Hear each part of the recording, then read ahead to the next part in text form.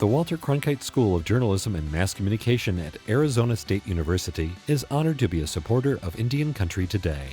ASU offers the only online undergraduate digital media literacy degree, teaching students how to recognize and combat inaccuracies on all platforms. They are using cutting-edge tools and tactics to separate fact from fiction in a digital world overloaded with misinformation. Learn more at cronkite.asu.edu.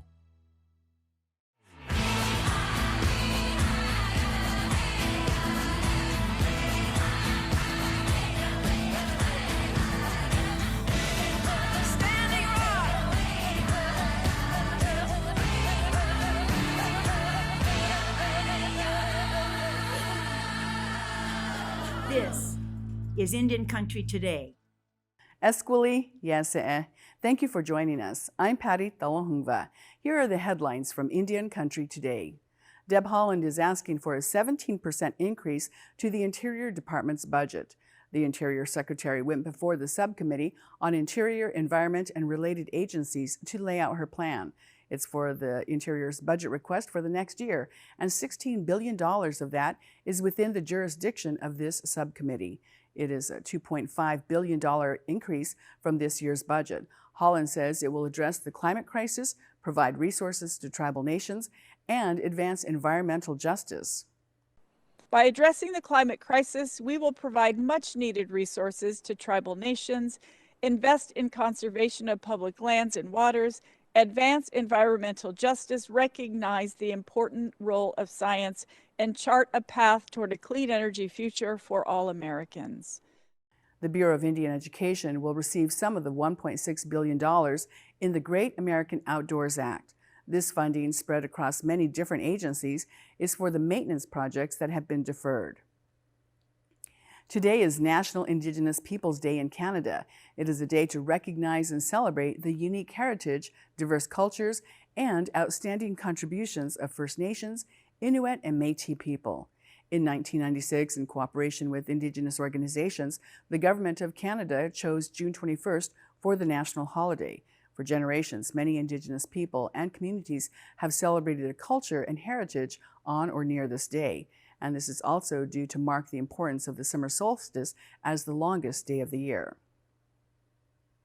Congress and President Biden acted with unusual swiftness last week in approving Juneteenth as a national holiday. The move sent many states and tribal nations scrambling to clarify their policies on Juneteenth with less than a day's notice. Some tribal nations jumped into action to make plans for the new holiday. Oglala Lakota in South Dakota granted administrative leave last Friday in observance of the new holiday. Cherokee Principal Chief Chuck Hoskins says it is the first time in the tribe's history that Juneteenth has been formally commemorated, and the Shoshone-Bannock tribes in Idaho are observing Juneteenth today. Acting chair of the tribe's business council, Elma Thompson, says it is a priority for the tribe to support Juneteenth. And the Minnesota legislature's People of Color and Indigenous caucuses are currently drafting legislation patterned on the new federal law. A mistake 150 years ago is finally being corrected in favor of the Yakima Nation. The U.S. Appeals Court reaffirmed an area in the state of Washington as part of the tribe's territory. The Yakima's actual boundaries has been in debate for more than 150 years after the Office of Indian Affairs misfiled the map. Glenwood Valley covers more than 120,000 acres and overlaps the southwest boundary of the tribe's lands. In August of 2019, a U.S. district judge ruled the valley is within the tribe's ceded lands, and a 3-judge panel of the Ninth Circuit Court just upheld that decision. Yakima Nation Tribal Chairman Delano Saluskin calls the ruling a resounding victory for the rights their ancestors reserved in the Treaty of 1885. The ruling allows the Yakima's criminal and civil jurisdiction over its citizens in the area. And the Ute tribe in Utah is suing to get back its water. The tribe says the misappropriation of its water by the state is part of a decades-long string of moves to deprive it of its rights and property.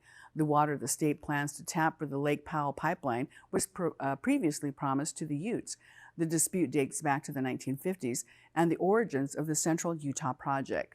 The project is a series of pipelines and reservoirs that channels Colorado River water to Utah's population centers in Salt Lake and Utah counties.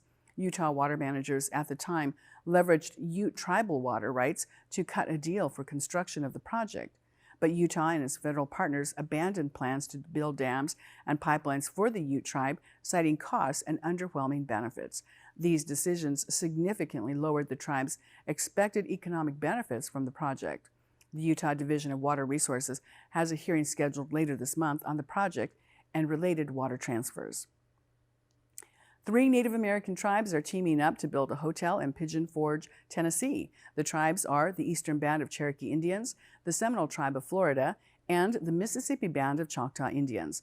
The hotel will have 200 rooms and will include meeting space and a rooftop restaurant and lounge. The project is expected to cost more than $54 million and will open in 2023. And those are the headlines from Indian Country Today. I'm Patty Thalohungva. All across Canada, there's a celebration going on today. It's National Indigenous Peoples Day. We'll find out more about this national holiday when we come back.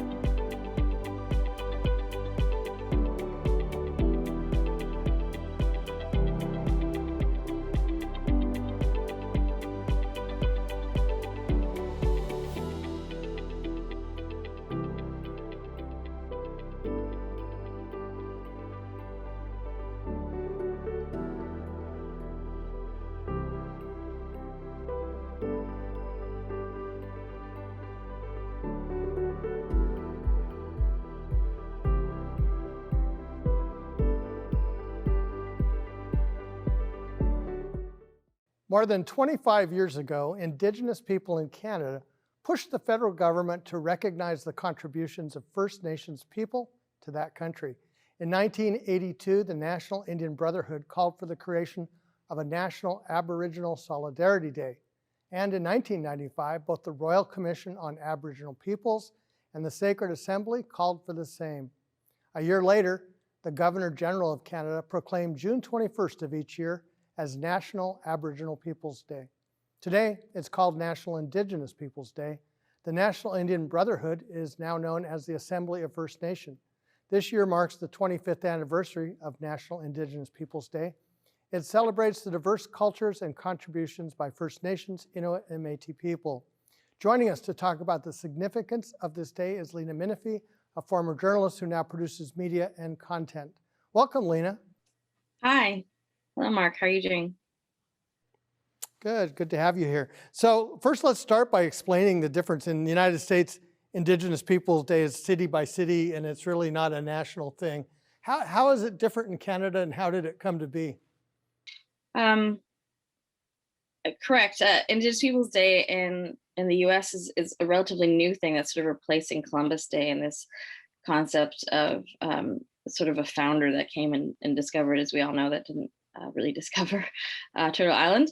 In Canada, it's different. It actually started in sort of a call in the 1940s during World War II by Jules Suey and the chiefs from across Turtle Island that he had brought together for the first delegation of 50 chiefs to talk to government, and they hadn't done that since the treaties. And there was a push then for him, and he had said that we'd like to have Indian Day on June 21st, the solstice. So it actually came back from the 1940s.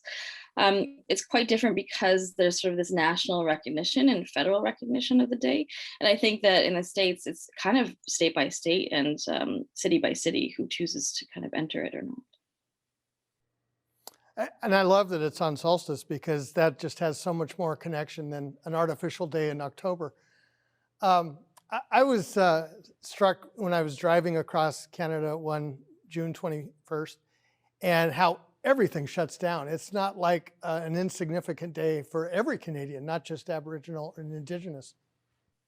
It's true. It's a pretty large day, and it is celebrated across the nation, across provinces and cities. It's not a statutory day, there are groups trying to push for it to have the day off. So right now it's optional to have the day off, much like it is for Indigenous Peoples Day. but there is a lot of celebration, and a lot of Indigenous governments and organizations and groups will give people the day off and in order to celebrate and come together. Do you think that having an Indigenous Peoples Day on such a stage changes the conversation about Indigenous rights, Indigenous communities? I think that it gives visualization, and it gives the collective representation of our people, that we're still here, that we're still thriving, that we are able to celebrate our culture, be able to do ceremonies, be able to kind of go back to the land or in the cities, be able to congregate and meet with each other in a big way that that gets us out there. But I think it's mostly for us. I think it's mostly for our pride and our pride in our meeting, and to make sure that we kind of are able to come together in a good way with families and kids and our elders. So. One of the stories that's so often missed by mainstream media is what I call the narrative of excellence, and people doing remarkable things. And what this day does is almost to celebrate that. Yeah, it celebrates who we are, and every nation, of course, has different ways of practicing that, different ways of engaging in dance or song or ceremony or celebration. Sometimes, my favorite times have been in Vancouver, where there'll be like hip hop days and youth. Apparently there's a skate park championship going on for Indigenous Day in Vancouver, because you're allowed to do that outside to kind of be socially distant. But I'm going to miss some of the celebrations that we usually have this year due to COVID. So, but it's a huge day to sort of meet everybody in the community and say hello and acknowledge our elders as well too. And I do want to ask you about that. How is this Indigenous Day different than others because of COVID? Yeah, I think the regular celebrations that would be happening, usually getting together in a park, usually in Vancouver's Trout Lake is one of the main areas that we celebrate here. But usually you pick some sort of large park in the city or the provincial park and kind of get together. And usually there's like music, and there's food, and there's dancing, and there's vendors and games for kids, and it's not possible to do that this year because of the COVID restrictions. So people are trying to do it through, as I said, like the skate park today, things that are a bit more socially distanced. But I think people will be celebrating in their own way at home, maybe with their families a bit smaller sized. You're allowed to go in the park and sort of have a certain amount of people distance to kind of just celebrate sort of smaller. So. How did this day become such a big enterprise with businesses and provincial governments and national governments all working toward it?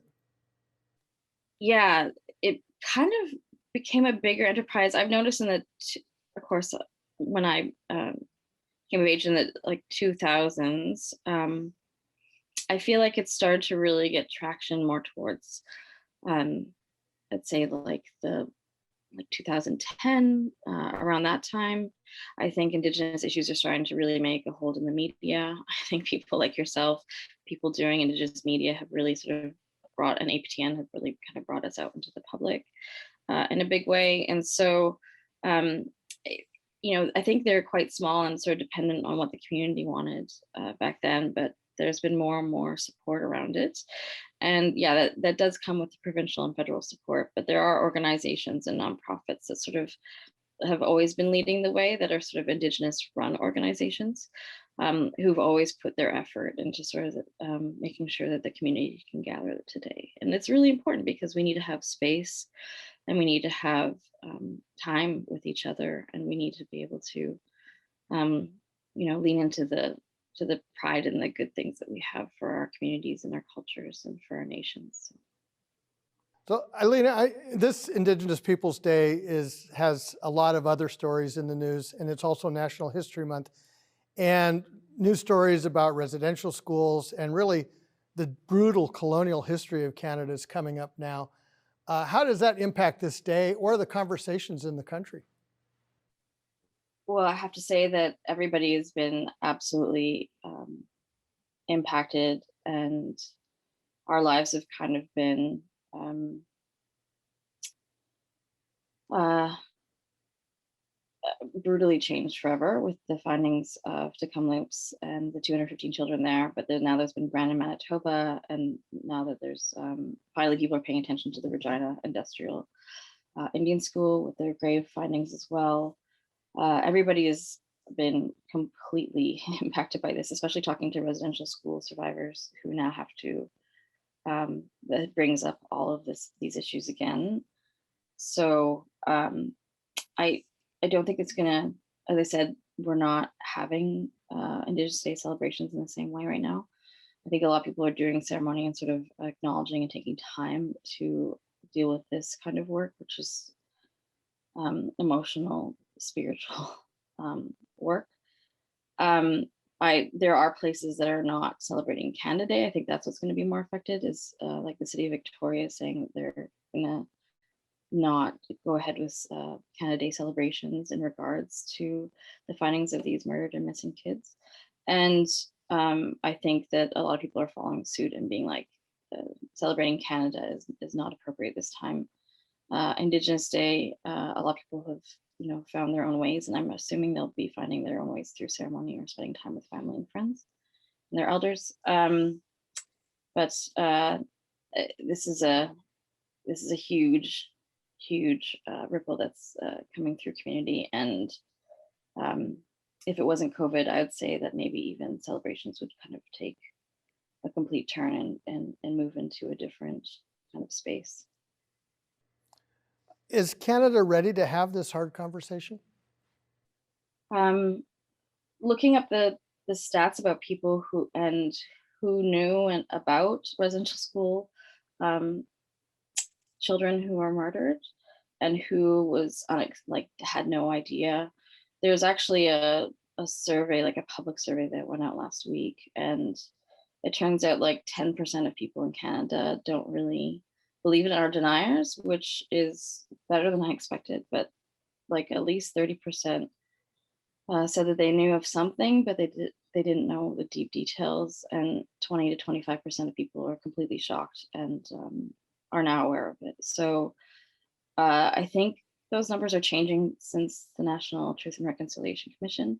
Of course, in the fourth volume of that Truth and Reconciliation, they had said that through the testimonies of all the residential school survivors, they had suspected about 4,000 kids to have been missing and killed or deceased in some way. And Senator Murray Sinclair was quite surprised that people didn't read the fourth volume of that report, and kind of that news didn't come out within the news when the TRC ended. So that this is something to our communities that isn't new, but I think to the greater population of Canada, newcomers, immigrants, settlers, refugees, settlers, that they didn't get the details or really understand this, or didn't really hit home until this kind of evidence has come forward, which is unfortunate because our elders have been saying this for so long, and our survivors have been saying this repeatedly out loud over and over and over again, in every way they've been able to say it, that their family's missing, their brothers or sisters are missing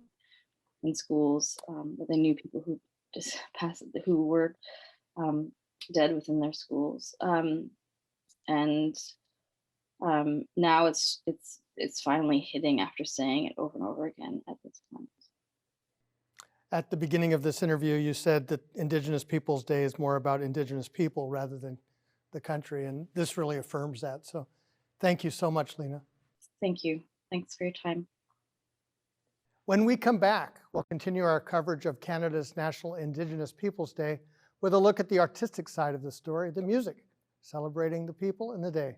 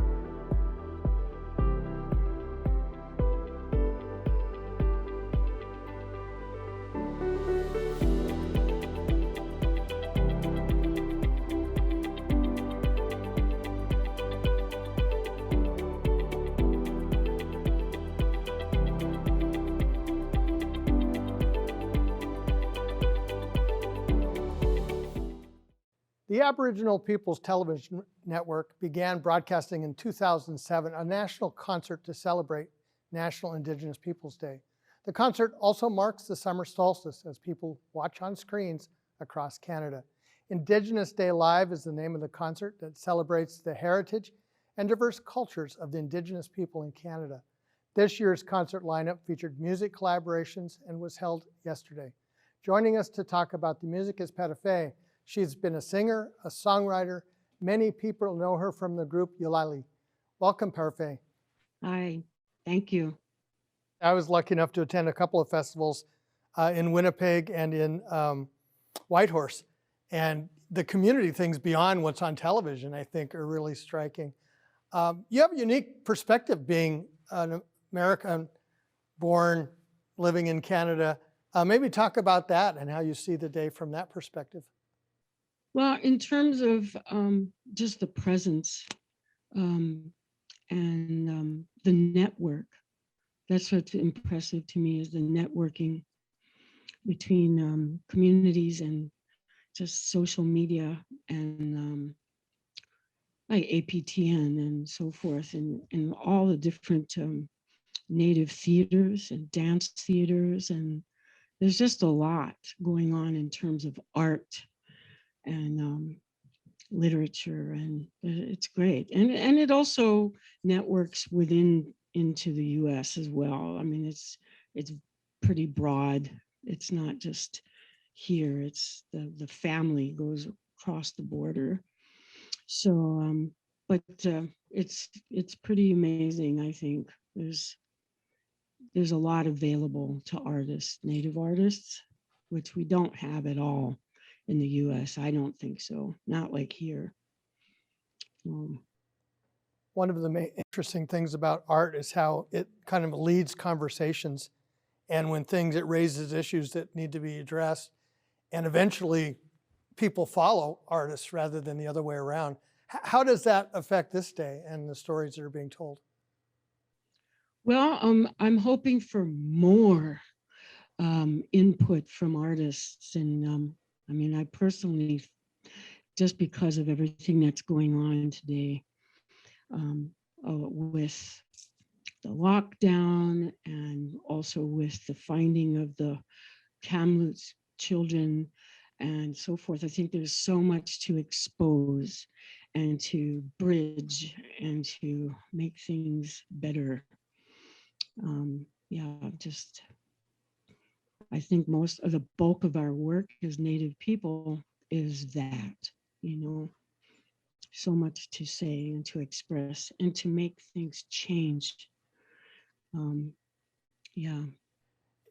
do a lot of work with Indigenous children and young people.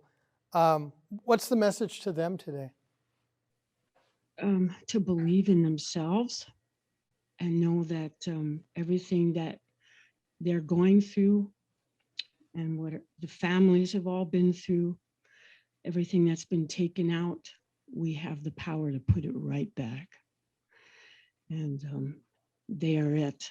And I think that they need to demand for culture and language and to stick to it and stick to their land. And those are the kind of messages I have. And try to just believe in yourself. Don't trash yourself. Believe in yourself. We're a beautiful people, and we can make everything happen.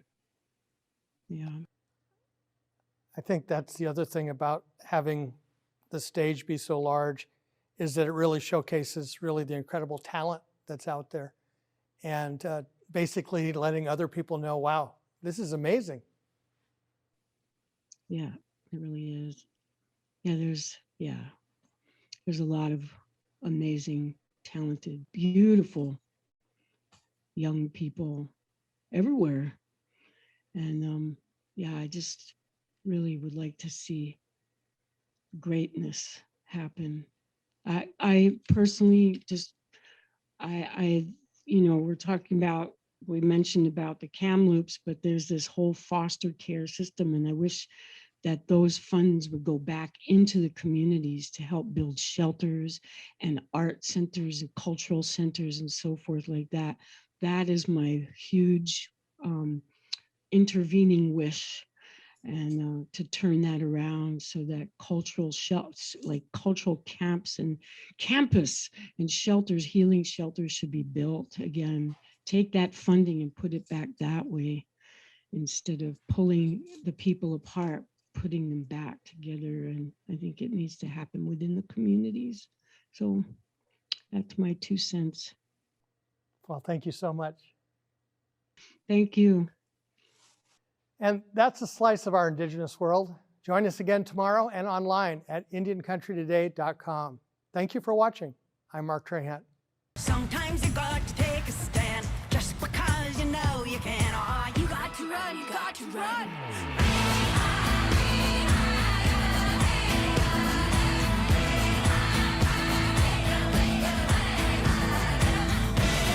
Standing rock.